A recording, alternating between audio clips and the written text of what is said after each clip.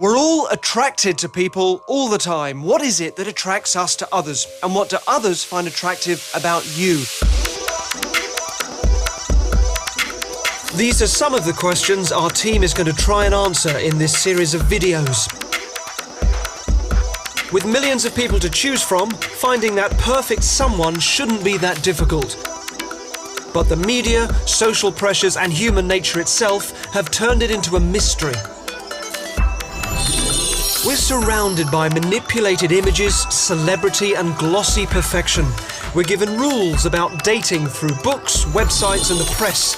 They all pressure us to conform to an ideal of what is attractive. But what's the truth? It's time for science to tackle the subject. Through a series of experiments, our team are going to piece together some of the clues to this enormously complex phenomenon, and in these videos they will explore the science of attraction. The media has always influenced what we consider to be attractive and affects how many people perceive themselves. Why are we so critical of our own image? Is it just social pressure, an exposure effect due to the images we see, or is there something else at work? And can it be manipulated? In this video, the team take a group of young couples and put to the test whether what we see is really what we get. I don't want that to be how I look. But you definitely look better in that one. And a member of the team goes through an extreme transformation as we expose the tricks of manipulating images. But first, here's Kat. We see ourselves in the mirror every day when we clean our teeth and wash our faces. However, this mirrored or reversed image isn't how our friends and family see us, but it's the one we become accustomed to. There is a concept which states that a person's repeated exposure to something will enhance its perceived value, and it's known as the mere exposure hypothesis. In other words, the more we see or experience something, the more normal it becomes, and the more we like it. So today, we're taking 5 couples and running a little experiment to see how the mere exposure hypothesis affects our perception of ourselves and other people. Hosting the experiment is Charlie. He's going to explain to our couples what they're here for. Hello everyone, I'm Charlie. Thank you for coming along today. Paul, our photographer, is just going to be taking some quick pictures of you, and then out of those pictures we're going to ask you to pick your favourites. Just have a bit of fun really, nothing too stressful, just enjoy yourselves. We'll be showing each person 2 photos of themselves and 2 of their partner. Alright, Kurt. Hello. Hi, nice to meet you. I'm your photographer. Look straight into the camera lens. Fantastic. And a smile. Then we'll be asking them to choose their favourite from each pair. What they don't know is that both photographs are identical, apart from one has been flipped to create a mirrored image. If the mirror exposure hypothesis is correct, each person should choose the mirrored photos of themselves, as that is the image they are most used to seeing. Okay, so now that the photos are ready, it's time for the moment of truth. Let's find out which ones they prefer.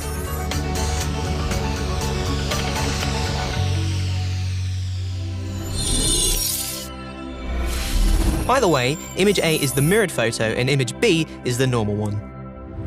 I'd say I like this one better. I like my smile better in this one. Seems like I've got a nicer side to me. Come on. My smile is less wonky and it's a better angle.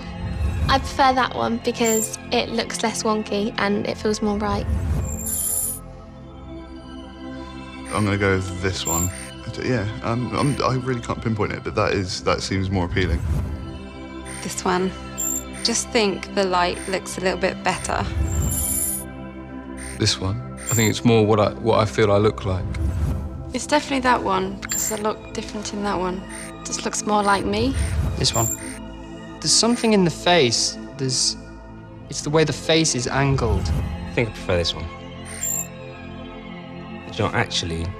I'm going to change my mind. I prefer this one. Probably just the angle of the smile, I guess. I think I quite like this one. I like this one. I look less chubby in this one. Our results seem to follow the theories quite closely. In 60% of cases, people chose the mirrored image of themselves as the one they preferred. When choosing a partner's photo, the choice should be the opposite way round. The individual should choose the non-mirrored image because that's how they see their partner on a daily basis. Don't forget, image A is the mirrored photo and image B is the normal one. I prefer this one of Shell. That one, is just more him, so much more natural. I prefer this one because he looks more relaxed and it seems more casual than the other one. I prefer this one. Again, it's really hard to say, but yeah, I think this one. That one. Because the other one, his head looks crooked and he doesn't crook his head like that. This one again. This one, definitely this one. I definitely prefer this one. I like the smile better on this one. He's got sort of a crooked smile in this one, it looks like. So I prefer this one. This doesn't really look like Alex, but this one does. That's quite clear. When selecting photos of their partners, there was a 90% accuracy rate in selecting the non-mirrored image. The theories seem to be accurate. In our experiment, 15 times out of 20, 75%, the subjects followed the science, picking mirrored images of themselves and normal images of their partner as their preferred photographs. I picked the mirrored one, the one that I see all the time. But that is how you look. I don't want that to be how I look. But you definitely look better in that one because that one you look really serious. You're telling me that that's all out of balance. It's still me. It is still you, but it just doesn't look like you. So that one's more natural to you than... Yes, exactly. I think that this one looks more like me. This is what I see when I look in the mirror, but I obviously don't because this is me. I think it's because you've got quite a symmetrical face that it's harder to tell which one's which. I'm used to looking like that. But you do look better in that one. So that's a good thing, because that's how you actually look. Okay. One of the reasons those who chose the normal photos of themselves weren't swayed towards their mirrored images may be because they have slightly more symmetrical faces, and so it's more difficult to see a difference. In the media, symmetrical faces are highly sought after, as they are considered to be more attractive. So much so, in fact, that some images in adverts and magazines are altered to make facial features such as eyes and ears identical on both sides. Nowadays, pretty much any image that you'll find in a magazine will have been edited in some way. So we're going to take a look at just how much a picture can be manipulated using me as the example. Yay. Hello, Charlie. Good to meet you, mate. Let's get that top off. Yes, okay. Before Paul, our photographer, can work his magic, he needs some raw material to work with. So it's time for my male model debut. Let's have a little bit more Arnie pose. Straight down into the camera. Excellent. Give it some nice attitude, Charlie. Oh. Thank you, Charlie. Having worked my best poses, it's time for Tom, my body double, to get in front of the camera. Looking straight down the camera lens. Perfect. Paul is going to be replacing my body with Tom's and working some other digital miracles. Lovely. That's great, mate. Fantastic.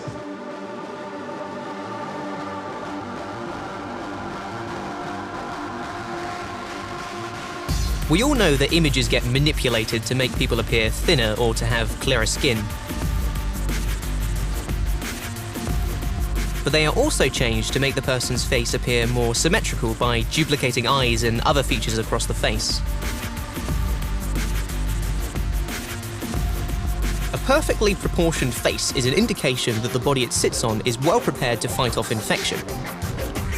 The common cold, asthma and flu are all more likely to be combated effectively by those whose left side matches their right. All of these qualities mean that symmetrical faces are perceived as being more attractive.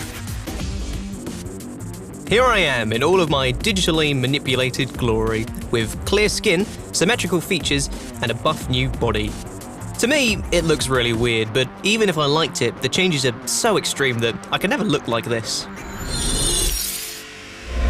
Many young people feel under pressure to look the same as the celebrities they see in photographs, online and in magazines. UK residents are set to splash out £659 million on cosmetic procedures, and many of those will be trying to emulate this false image of perfection. By trying to live up to the misleading images in magazines, we are trying to live up to the impossible. Even the most attractive celebrities in the world have their photos improved digitally or even turned to surgery, and many of the alterations made to models in photographs are biologically impossible. We measure ourselves against those people in the limelight and celebrities. We don't really measure ourselves against your everyday person.